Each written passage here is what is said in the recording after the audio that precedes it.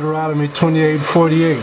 The Lord shall bring a nation against thee from afar, from the end of the earth, as swift as the eagle flieth. A nation whose tongue thou shalt not understand.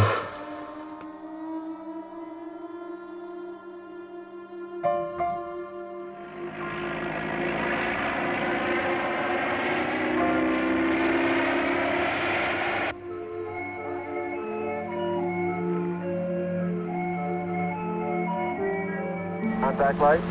Okay, engine stop. ATA at a descent. Mode control both auto descent engine command override off. Engine arm off. 13 is in. We copy you down, Eagle. Houston, Tranquility Base here. The Eagle has landed. Roger, Tranquility. We copy you on the ground. You got a bunch of guys. Now they came with a different language, according to Deuteronomy 28:48. Now listen to this. Well then, we'll both be doing our job, Mr. Slater. And surely that's as it should be. Aye, aye, Captain. You leave the cargo to me. I speak their language, you might say.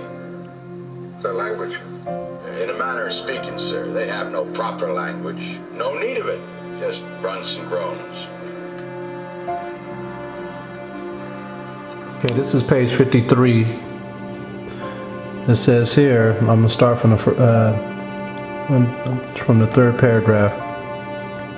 It says, the first object which saluted my eyes when I arrived on the coast was the sea and a slave ship which was then riding at anchor and waiting for its cargo. These filled me with astonishment, which was soon converted into terror. When I was carried on board, I was immediately handled and tossed up to see if I were sound by some of the crew. And I was now persuaded that I had gotten into a world of bad spirits and that they were going to kill me. This is what the slaves thought that the so-called white man was going to do, and he did. Okay? Mentally and physically.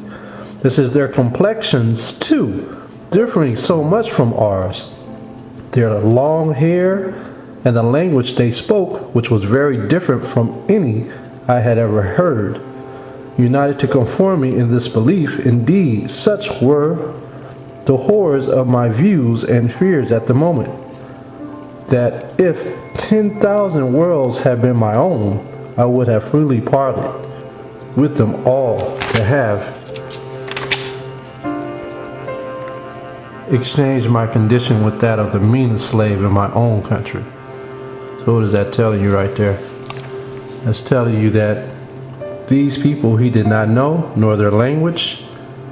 And this is part of the prophecies that the scriptures spoke of in Deuteronomy 28, saying we will be taken by strange people. Okay? And they were demonic people. Alright? They were seeds of Satan. Monies will be discussed at a later date. The question now is, can you capture or buy 170 healthy blacks and deliver them to the hold of the Lord Ligonier?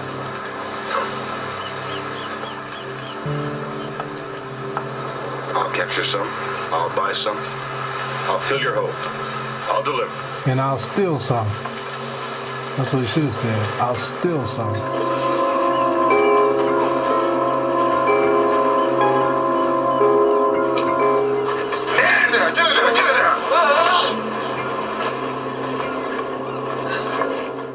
Okay, this is page 54. I'm going to read the highlighted spot. I'll give you a brief synopsis of the top part. Basically, the slaves were on the ship and they thought they were going to get cooked in a pot because they didn't understand the language of these men, these white men that were taking them hostage on ship. So it says here, I asked them if we were not to be eaten by those white men with horrible looks, red faces, and long hair. And that fits Esau, Genesis 25 and 25. They told me I was not, and one of the crew brought me a small portion of spirituous liquor in a wine glass, but being afraid of him, I would not take it out of his hand. One of the blacks therefore took it from him and gave it to me, and I took a little down my palate, which instead of receiving me, as they thought it would, threw me in the greatest consternation at the strange feeling it produced. having never tasted any such liquor before. Soon after this, the blacks who brought me on board went off and left me abandoned to despair. So basically, he's telling you that these men fit the description of Genesis 25 and 25. Okay, this is page 58 of the same book. It says, I remember in the vessel in which I was brought over, in the men's apartment there were several brothers, who in sale were sold in different lots. And it was very moving on this occasion to see and hear their cries at party. O ye nominal Christians, might not an African ask you? Learn you this from your God, and who says unto you, do unto all men as you would men should do unto you? Is it not enough that we are torn from our country and friends to toil for your luxury and lust of gain? Okay, so now he's questioning his spirit and the Most High. He's doing the same thing that King David did, Isaiah, Jeremiah, Ezra, all the prophets. Is it not enough that we are torn from our country and friends to toil for your luxury and lust of gain? Talking about the Edomites. This is what they did to us. Must every tender feeling be likewise sacrificed to your basically advantage? Various. Are the dearest friends and relations now rendered more dear by their separation from their kindred, which falls into the curses, Deuteronomy 28, still to be parted from each other, and thus prevented from cheering the gloom of slavery, with the small comfort of being together and mingling their sufferings and sorrows? Why are parents to lose their children, brothers, their sisters or husbands, their wives? Surely this is a new refinement and cruelty, which while it has no advantage to atone for it, thus aggravates distress and adds fresh horrors even to the wretchedness of slavery. And this is the thing, when we went into captivity, we had to go into captivity, every last one of us as a nation. You couldn't fight it. If you got away, you was going to go into captivity eventually. Like Hutakite kept running, he kept running away, but he had to serve that slavery. This was deemed on us by the Most High. We had to go through it. So now we're coming at the end of our slavery judgment, or slavery sentence. And now we're coming back into our knowledge and our inheritance of who we are. Okay?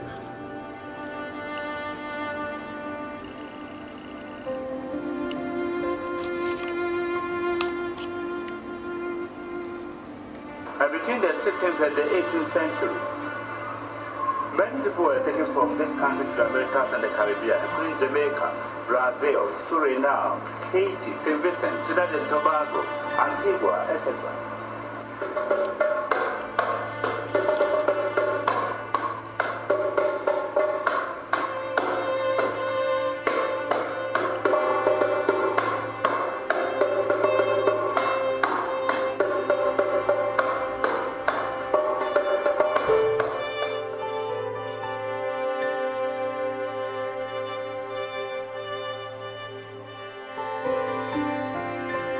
One of the great declarations of a human aspiration. It is a document that can mean so many things. A central document in Jewish history. They were allowed to return to Jerusalem and to rebuild the temple.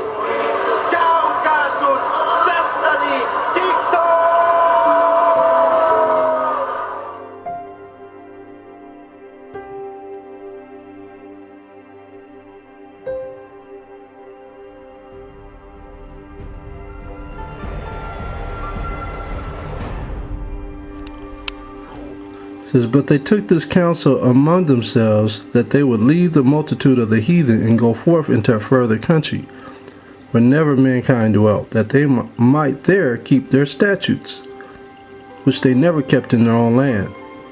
And they entered into Euphrates by the narrow passage by the river of the river.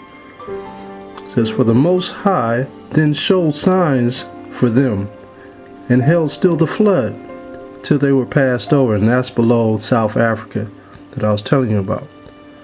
For through that country there was a great way to go, namely of a year and a half, and the same region is called Arsareth.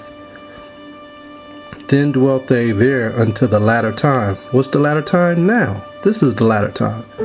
And now when they shall begin to come, the highest shall stay the springs of the stream again, that they may go through. Therefore sawest thou the multitude with peace. But those that be left behind of thy people are they that are found within my borders.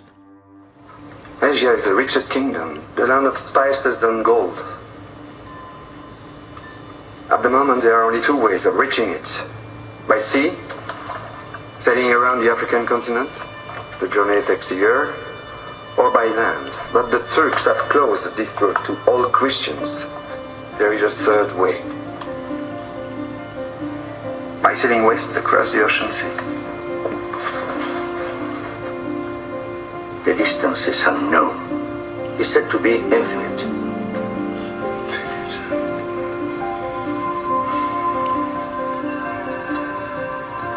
Superstition. I believe the Indies are no more than 750 leagues west of the Canary Islands. How can you be so certain? The calculations of Toscanelli, Marin de Tir, Esdras. Esdras is a Jew. So what's worse? 2 minutes, and already you're a dead man. For telling the truth? Yes. They are burning people for less. Lost tribes and promised lands. Alright. It was written by Ronald Sanders. I'm going to turn to page 79. This is going to back up what we were reading in Ezra's. Drop down to third paragraph. It says, "These are the 10 tribes which were carried away prisoners out of their own land in the time of Elshay, the king, whom Salmanasar, the king of Assyria, led away captive. And he carried them over the waters, and so came they into another land. But they took this counsel among themselves, that they would leave the multitude of the heathen and go forth into a further country, where never mankind dwelt, that they might there keep their statutes, which they never kept in their own land." Now, I'm going to show you. Now, this is page 364, same book. It says, "Waving a banner high in the air, the Indian guide soon was greeted by a puff of smoke far beyond the other bank of the river. In response to a signal, the two men waited. Eventually a canoe appeared, carrying 3 men and a woman, all of them Indians, to the place where Francisco and Montezimos were standing at the water's edge. The woman got off and spoke to Francisco in an Indian tongue that Montezimos could not understand, although he could perceive that he was being identified in the conversation. She then turned to her male companions to explain the situation. Upon hearing her words, they rose, went over to Montezimos, and to his utter astonishment said, "Shema Yashala Alanawahawa Yahweh Akut. Hear, O Israel, the Lord our power is one." Okay? So they were claiming, they were basically saying who they were. So I'm going to drop down. It says, "A brief conversation then ensued in their common ancestral tongue, according to Montezimos, whose fluency in it is almost as perplexing to the reader of his narratives as is that of his 3 mysterious new companions. They told him that they were themselves of the tribe of Reuben, and that the tribe of Joseph lived on an island nearby." So these people knew who they were, okay? This is during the 15th century. Now all of a sudden they don't know who they are, because the so-called white man done changed everything and pretty much washed their names away. Alright, so I'm going to jump over here. It says here, "His ancestors, to their eternal shame, has indeed made war on them and persecuted them." How did that happen? With the conquistadors. Came and brainwashed them. Only the sorcerers of his tribe had perceived that they were a special people and had given warning that they should be left alone. "The God of these children of Israel is the true God," they had said, "and everything inscribed on their tablets is true. At the end of days, they will be lords of all the nations of the earth. One nation will come bringing many things to this land, and after we have all been provided for, these children of Israel will go forth from where they now are and reign over the whole earth." as they once did. So now, basically, it's telling you who the Israelites are. That the 10 tribes came over to the West Indies. They came over to Guatemala, South America, and North America, which makes up the 10 tribes. Okay, so I'm going to show you a picture of the Euphrates. Okay, there's Egypt. There's Israel. I'm going to take you up to where Euphrates is. Okay, there's Euphrates. It's way up near Iraq. Remember, they were in captivity close in this area here, alright? The 10 tribes. So the Euphrates, as you can see, it goes all the way up. It's up high. You see? Euphrates, it just goes all the way up. It connects to that Mediterranean Sea. So that Euphrates comes down. There's the Tigris. You can see the Tigris there. The Euphrates comes down, and it comes right into the Persian Gulf. So this is how they escape. See? Through the Indian Ocean, around Madagascar. They came down below where the waters are rough. Alright? If you talk to any naval ship captains, they'll tell you this is the roughest part of the sea down in this area. Below the Cape here. Cape of Good Hope. A lot of sharks and all of that down there. Okay, then they came up past West Africa. Look how close they are to Brazil. Okay? So they came up Brazil all the way up here to Panama, the islands, Mexico, Guatemala. This is where they stopped. That's the final stop right there. So they made a pretty big voyage from here all the way around to here. This area is called Arcereth. The reason why I had to make this is because a lot of our brothers and sisters don't know this. Alright? They haven't seen it. A lot of brothers and sisters don't even know what's on the map, let alone tell you what state they from. But our people are very complacent. You know, most brothers and sisters that live in the states that stay in some neighborhoods, they got a beach 30 miles away and they ain't never visited the beach in their life. They're 28, 29 years old, 35, ain't never been to the beach. So, you know, in order to give them some reality, give them an understanding, you gotta actually show them. You gotta take your time and show the brothers and sisters. So that's what I'm doing. Alright, there's a spirit on me that told me to do this, so that's what I'm doing, trying to wake up some of my brothers and sisters, you know. Alright, so there you have it. This is how the 10 tribes got here. Nós nunca mais vamos voltar a ser escravos de novo.